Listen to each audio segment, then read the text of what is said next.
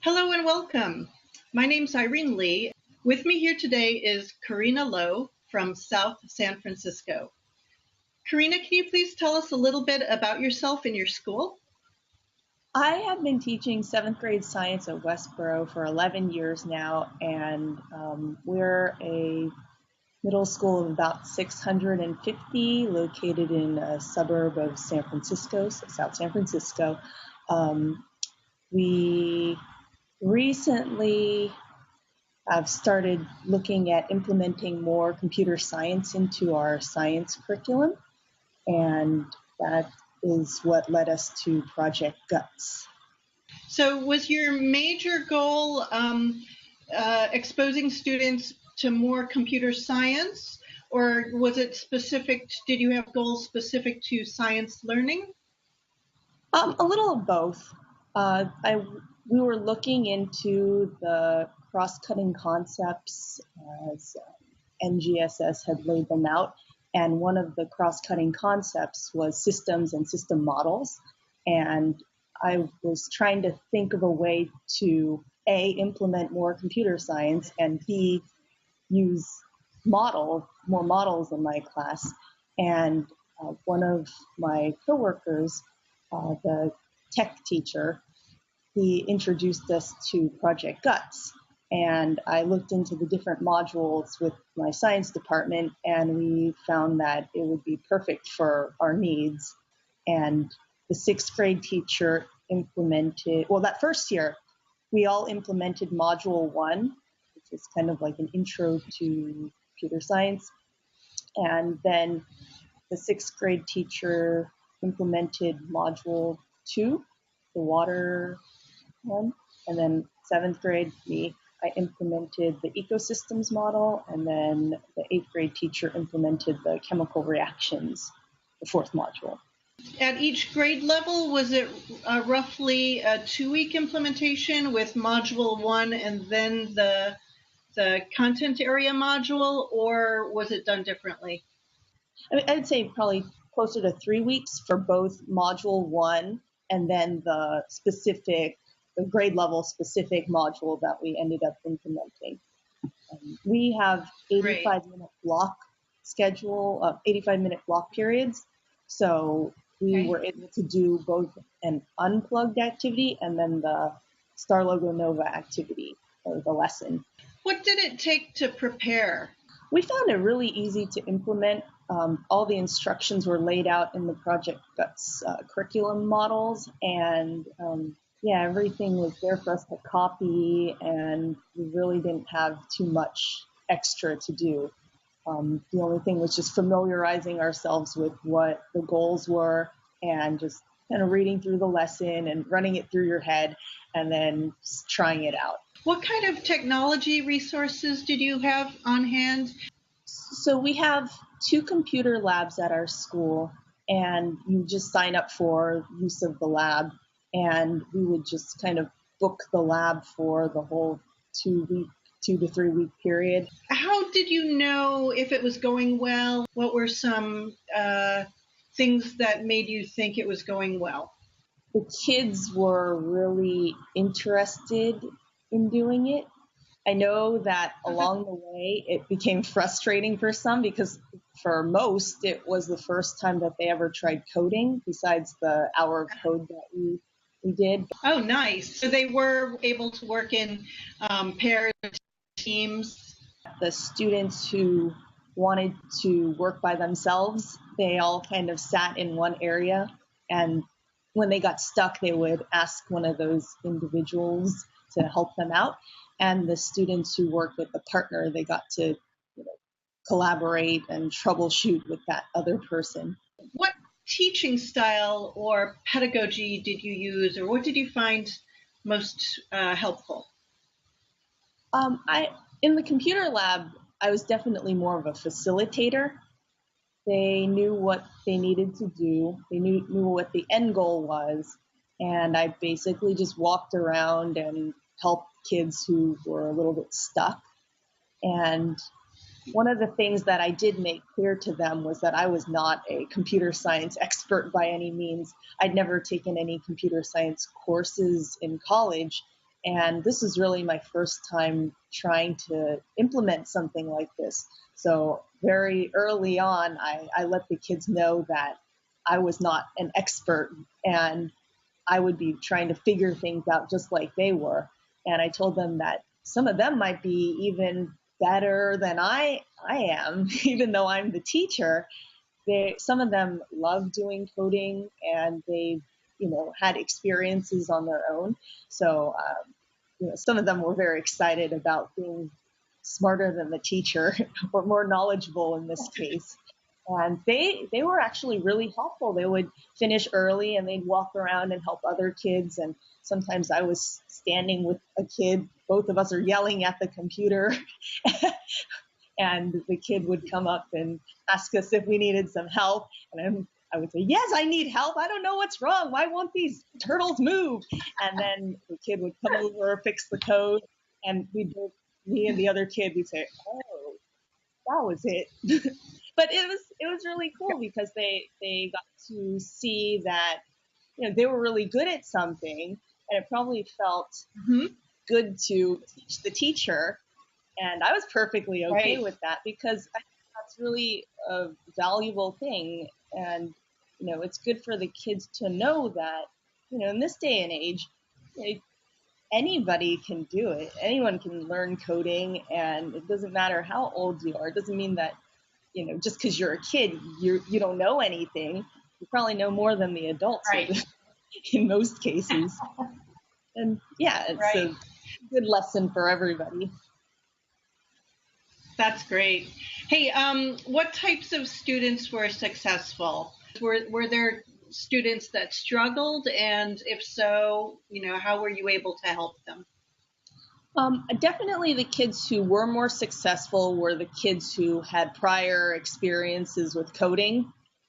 They seemed more comfortable in the block coding system environment, and I think their thinking pattern, just they knew how it worked.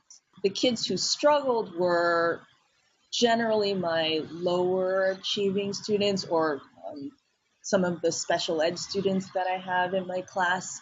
And what we did with them is I spent more time with them, or some of the kids who finished faster would sit with them.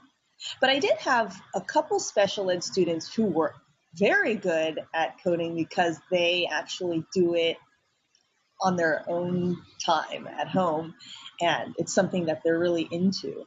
By the end of the 2 or 3 weeks, were they able to come up to speed, or did you feel at the end of maybe that wasn't enough time and they're still lagging somewhat?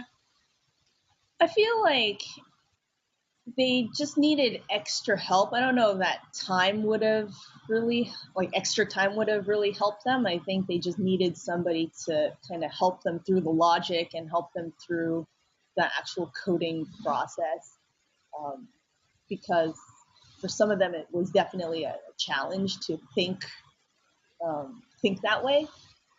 And ultimately, I had the kids present their final ecosystems project, and I told everyone that it was okay if your model wasn't quite working well. We would look at the code as a class and try to figure out what went wrong. So I basically had them with that mentality that nobody was going to fail. I think I said the lowest grade that they would get was like a B, a C or a B or something. That's if it really didn't work and it was a total mess. But nobody would fail because this is the first time trying something. So that kind of took off the pressure and the nervousness. And I said that if you met the requirements that I had laid out, you would get an A. And if you went above and beyond, like you had more than just predator, prey, and producer, like you had another level like another trophic level, then you could get some extra credit. So it was possible to get more than 100%. So some of the kids who are really good at coding and really enjoyed it, they went above and beyond. Some of them turned it into a game where you could control the predator or the Mhm. prey.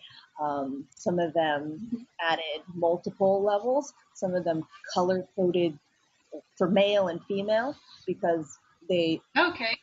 discuss limitations of models. And one of the kids was saying, it's not realistic that, any colliding mountain lion would produce offspring. You'd need male and female. So that person went ahead and counted for that.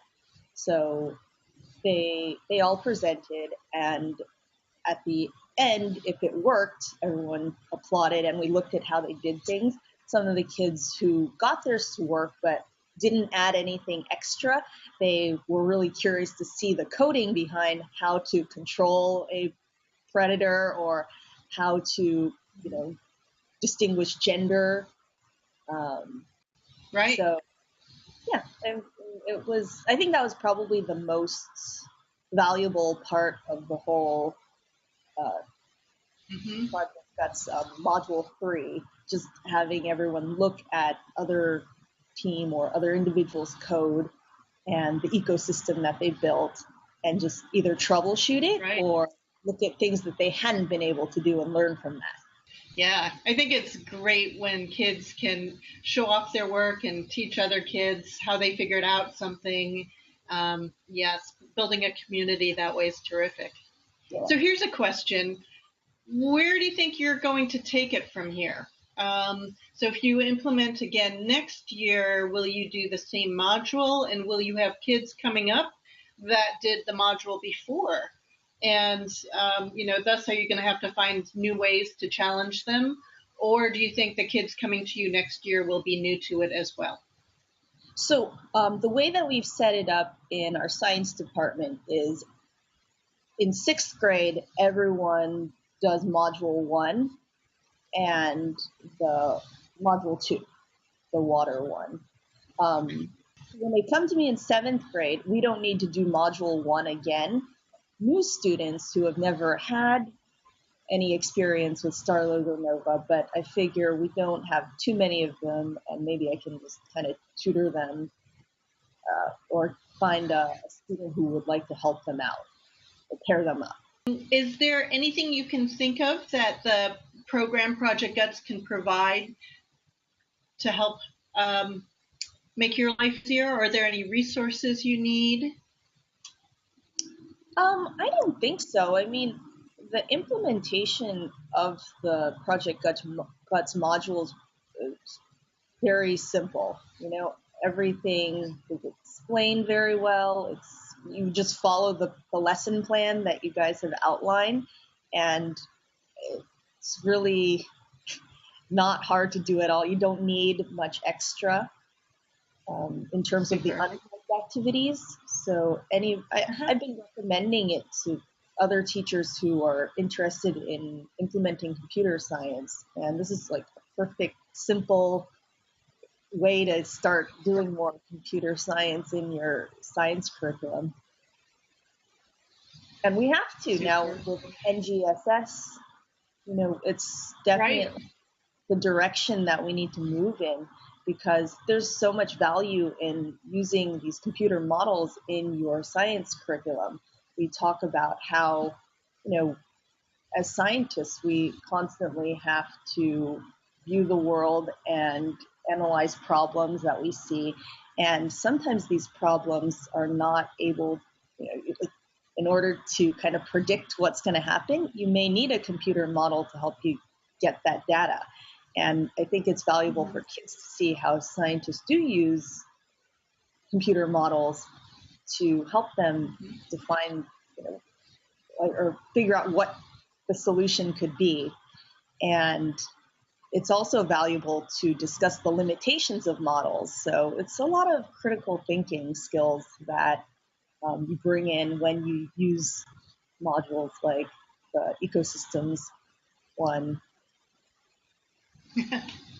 Well, thank you so much, Corinna, for sharing your experience and your excitement for Project Guts. We wish you all the best and hope to hear back from you about more implementations at a later date. Okay, thank you. So thank you very much. Take care. Bye.